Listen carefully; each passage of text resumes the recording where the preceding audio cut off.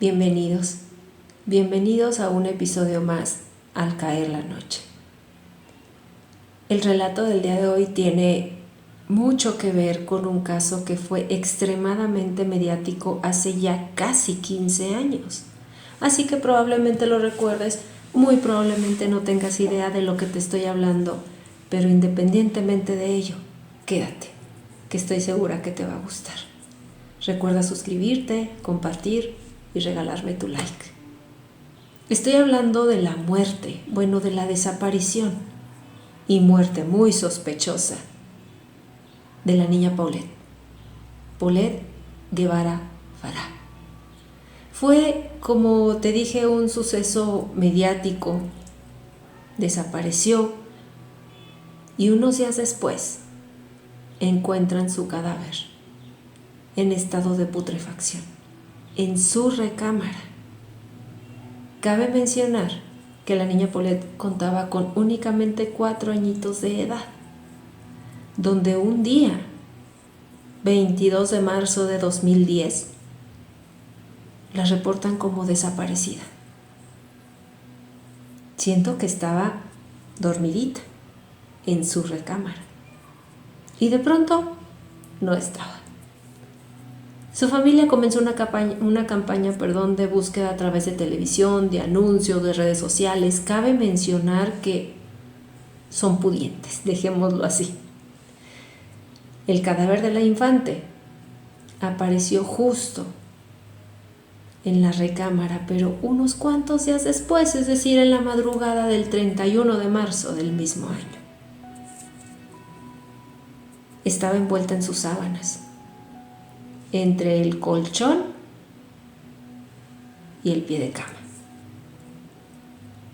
En ese mismo lugar donde su madre dio entrevistas, donde las empleadas de servicio dieron entrevistas, donde se les vio a algunas más afectadas que a otras, donde incluso hay una serie en Netflix que presenta su caso. En fin, tú ves sacando tus conclusiones. Después de todo esto, pues la encuentran sin vida y su cuerpecito fue sepultado en el Panteón Francés de San Joaquín, ubicado en la Ciudad de México, en ese 2010. Posteriormente, sus restos fueron exhumados y cremados el 3 de mayo de 2017. ¿Te cuento un poquito más? Vamos a ello. Paulette Guevara nació el 20 de julio de 2005 en Huixquilucan, Estado de México, siendo la hija más pequeñita de Lisette Farah y Mauricio Guevara. Tenía una hermanita mayor que le llamaban Ches. Tenía en aquel momento 7 añitos de edad. Paulette nació pesando únicamente 800 gramos y 34 centímetros. Es lo que medía. Pero contaba con 2 padecimientos. La volvían una persona discapacitada y estos eran deficiencia motriz y trastorno del lenguaje, los cuales, de acuerdo a su mamá, fueron resultado de haber nacido de forma prematura. Un derrame en el lado izquierdo del cerebro le provocó ambas discapacidades, pero afortunadamente no tenía ningún tipo de retraso mental ni ninguna otra enfermedad de carácter cognitivo. A pesar de que los doctores en un punto le informaran a su familia que difícilmente podría caminar, lo que la ayudó a mejorar su condición fue la equinoterapia. Cabe mencionar que sí necesitaba cierto apoyo para realizar alguna de sus actividades propias de su edad, como lo era vestirse. Estudiaba en el jardín de niños llamado Cricri. Estaba en Interlomas, en Naucalpan de Juárez.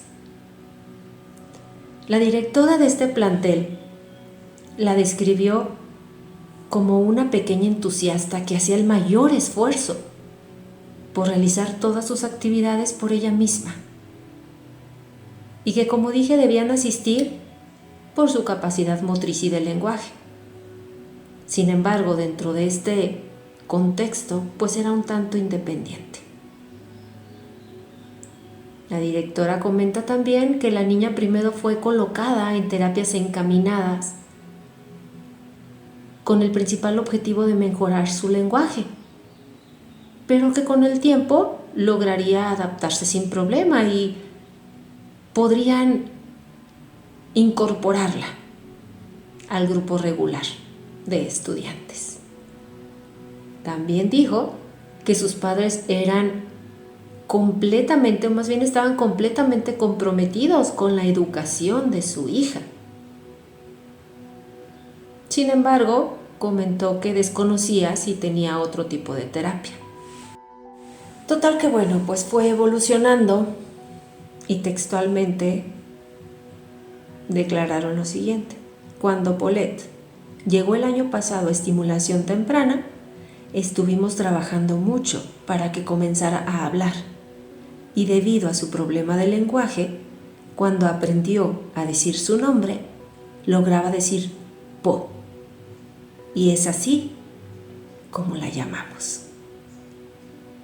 Entonces, a partir de esto, será Po. Cabe mencionar que el último día que acude a la escuela fue el 12 de marzo. En fin, la noche del domingo 21 de marzo de 2010, Paulette llegó con su hermana y su padre al departamento que les mencioné en Huixquilucan, ubicado en el Estado de México, después de que los tres, únicamente los tres, salieran a Valle de Bravo. La madre de las niñas esperaba su llegada para meterlas y prepararlas para dormir. Y así lo hizo, de acuerdo a sus declaraciones. Esa noche fue el supuesto último día en que se vio a la niña. Siendo así que la madrugada del 22 de marzo desapareciera misteriosamente. A la mañana siguiente, Erika, que fue una de sus nanas, fue a despertarla para prepararla y que fuera a la escuela. Ahí notó su desaparición. Le notificó a la mamá, comenzaron la búsqueda, después se le notificó a Mauricio, es decir, el papá, luego a su hermanita. Ya de ahí ya tanto las nanas como demás empleados de servicio pues sabían que la niña simple y sencillamente no estaba. Para no hacer más largo todo este video, pues resulta hubo una serie de declaraciones contradictorias, ya sabrás, los medios, tenemos por un lado Televisa en su momento, por otro lado estaba TV Azteca, por otro lado redes sociales, reventaba toda esta historia de la mataron o no la mataron, es que les estorbaba, es que la tenían que cuidar, es que no estaban dispuestas a ello porque la mamá anda triunfando, llamémosle así, entonces de esta manera pues simple y sencillamente la niña les estorba, es que con dinero todo se puede, es que probablemente hubo algún accidente que pues bueno, no van a salir a decir me pasó esto con mi hija, por lo tanto chin, falleció, etcétera, etcétera. Entonces pues bueno, así transcurre el tiempo hasta que insisto, la desaparición y tal, hasta que sucede el descubrimiento de su cuerpo y viene una autopsia. En la madrugada del 31 de marzo, el cuerpo de Paulette fue encontrado en su propia habitación, donde, como comenté, habían estado expertos, habían estado los medios, había dormido ahí su mamá en este dolor tan grande de no saber del paradero de su hija o del bienestar de la misma.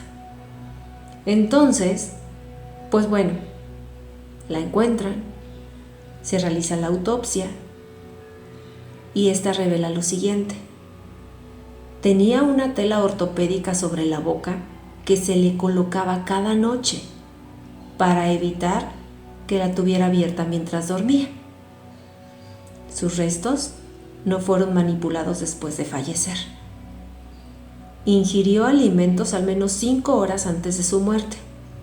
El cadáver presentaba 2 segmentos de tela adhesiva rectangulares en posición vertical sobre ambas mejillas, además de señas de un golpe en el codo y rodilla izquierdos.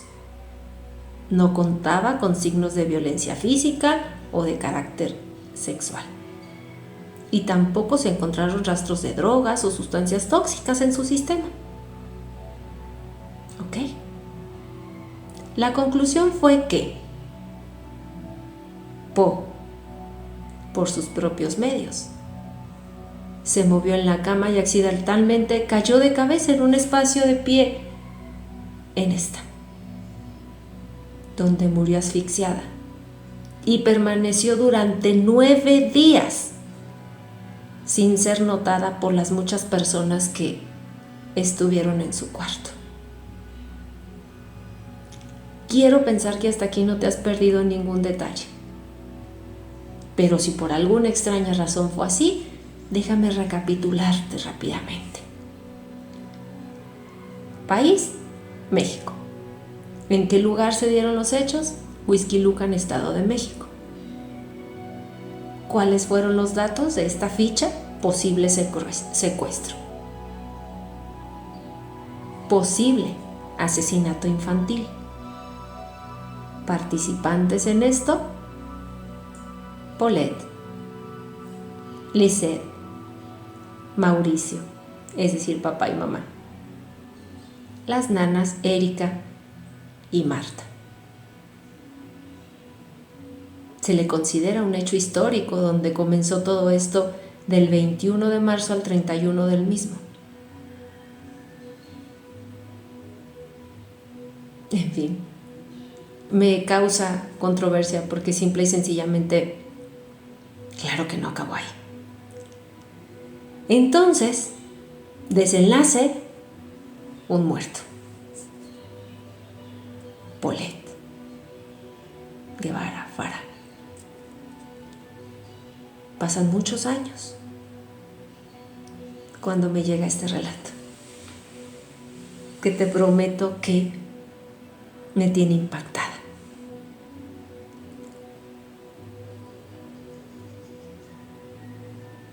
Era una familia como cualquier otra familia mexicana. Clase media. Tenía que salir a trabajar día con día. Descansaban probablemente sábado y domingo, o muy seguro nada más el domingo quedó, ya sabes, que dedicamos para hacer las compras de la semana, tal vez para arreglar un poco la casa, para quedarte en pijama descansando, no sé. Papá, mamá e hija. Se desconoce el nombre de la niña. Ese domingo decidieron hacer algo diferente. Vamos a salir a un día de campo. ¿Y si vamos a Valle? Vamos. Se van papá, mamá y la niñita a Valle de Juárez. No tengo los datos precisos de a dónde llegaron, dónde comieron. Son detalles. Pero este domingo familiar terminó en tragedia. Fue así porque, en un aparente descuido de papá y mamá, su hijita simple y sencillamente desaparece. En este nerviosismo, en esta urgencia de encontrarla, en este dolor que no me quiero imaginar que representa perder a un hijo, simple y sencillamente no volvieron a ver a su pequeñita, de aproximadamente 4 añitos de edad. Fue reportada a las autoridades en su momento. Ya sabes, no quiero meterme en estas cuestiones, pero hay que esperar tantas horas. Es que ellos están haciendo su trabajo. Es que tú no te metas, déjanos trabajar, lo que quieras. Total que ni ese, ni al día siguiente, ni esa semana localizaron a la niña. Para ser más precisa, no volvieron a verla. Llegó un momento donde definitivamente el papá decía, es que yo ya no puedo con esta cuestión. Yo necesito saber qué fue de ella. Yo necesito respuestas, yo necesito despedirme, yo necesito, si no la voy a volver a ver, yo quiero cerrar de cierta manera este ciclo y decir, pues le voy a ir a llorar a una tumba. He ahí donde lo platican papá y mamá y deciden comprar este espacio en el mismo panteón donde fue sepultada la niña Paulette de la cual estábamos hablando. Que recordemos que después sus restos fueron cremados, ¿ok? Pero esa es otra historia, ya estaba cerrado el caso Paulette. De esta forma, a partir del día tal, que fue el día de su desaparición, papá y mamá acudían a su tumba, donde realmente no había nada, pero ellos, era como esta forma, repito, de ayudarse un poquito a decir, aquí está mi niña, y aquí puedo venir a llorarle, y aquí le puedo venir a traer sus juguetes y sus flores y platicar con ella, qué sé yo. Muy entendible, como papás probablemente necesitaban justo de esto.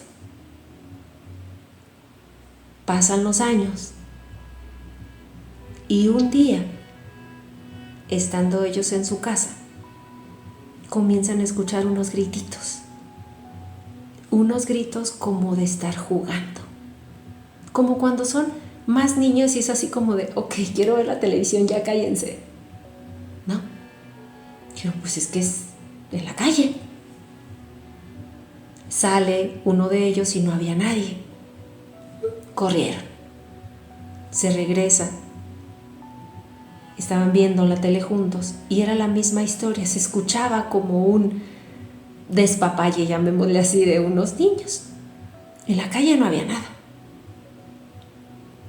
No tenían patio enorme, era apenas un patiecito, repito, una familia clase media, en el patio. Y he aquí donde sucede por primera vez que sale el papá. Cabe mencionar que era tarde-noche.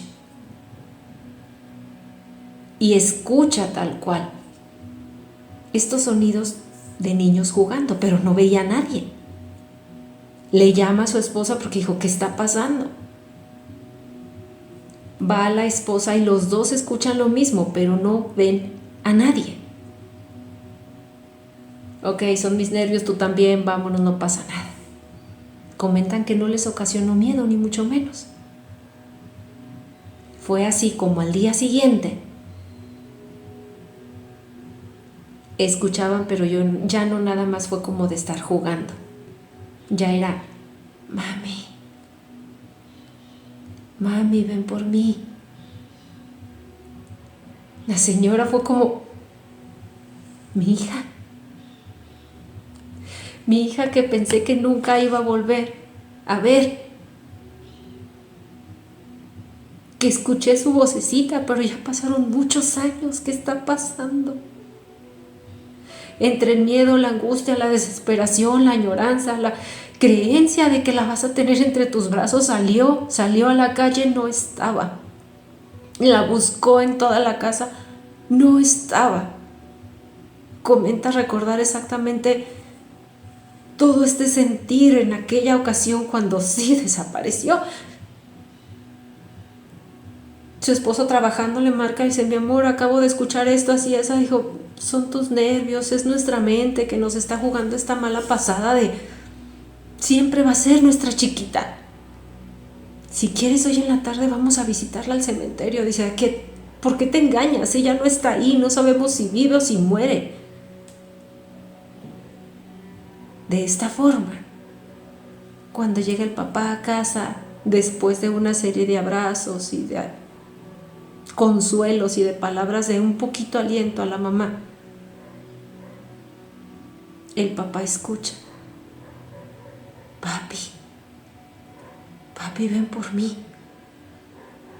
Definitivamente no podrían estar escuchando las mismas cosas, no podrían estar sintiendo lo mismo, probablemente sí, pero no de la misma manera, ¿me explico? Esto se volvió una mezcla no de terror, pero sí de miedo a lo desconocido y además, ¿qué estaba pasando? ¿Por qué jugar así con sus sentimientos? Suponiendo que se tratara de algo que hasta ese momento tendría explicación. Esa misma noche se sentaron a cenar. Se mantuvieron en silencio porque simple y sencillamente los ánimos no daban para más. En eso, escuchan ruidos en la recámara. En la recámara de quien fue su hijita. Comenta que no fue un ruido así estrepitoso, que simple y sencillamente era ruidos. Incluso llegó a decir el Señor: debe ser algún animalito, algún roedor que algo está pasando. Van los dos a la habitación y estaba sobre la cama una pijamita. Una pijamita que el Señor toma así, ya sabes, atesorando ese objeto. Es de mi hija. Independientemente de cómo llegó a la cama o lo que esté pasando, es de mi hija. Además por el tamañito y así. La señora dijo: no te equivoques, esa pijama no es de nuestra niña. Y uno como mamá sabe, ¿cierto? Porque dependiendo del rol de cada quien, y no estamos aquí para juzgar a nadie, pero probablemente, y más si eres ama de casa, me refiero a que no sales a trabajar, sabes exactamente la ropita de tu hija. Y me imagino en una desgracia así, pues ¿cuántas veces acudes a su recámara si es que tu decisión fue mantenerla intacta? Esa pijama no es de nuestra niña. El Señor por instinto la deja y dijo: entonces explícame qué está pasando. No sé, alguien se metió. ¿Por qué nos hacen esto? Salen de ahí para buscar en su casa, ¿dónde más? ¿Quién está haciendo esto? ¿Por qué? Y de nuevo en el pequeño patiecito, y cuando salen a buscar ahí comentan que encienden la luz. Había un poco de pasto y al final se ve avanzando el cuerpecito de una niña. El cuerpecito de una chiquita de aproximadamente 4 o 5 añitos de edad, cuando les dice: me duele. Sálvame.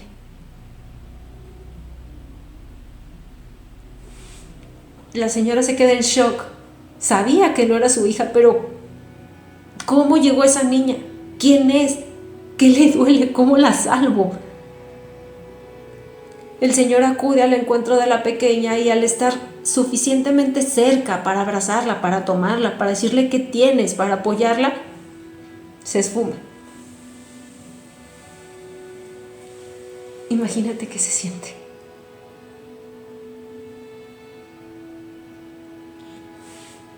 El tener esta sensación de recuperar a mi hija, no, pero no puede ser posible.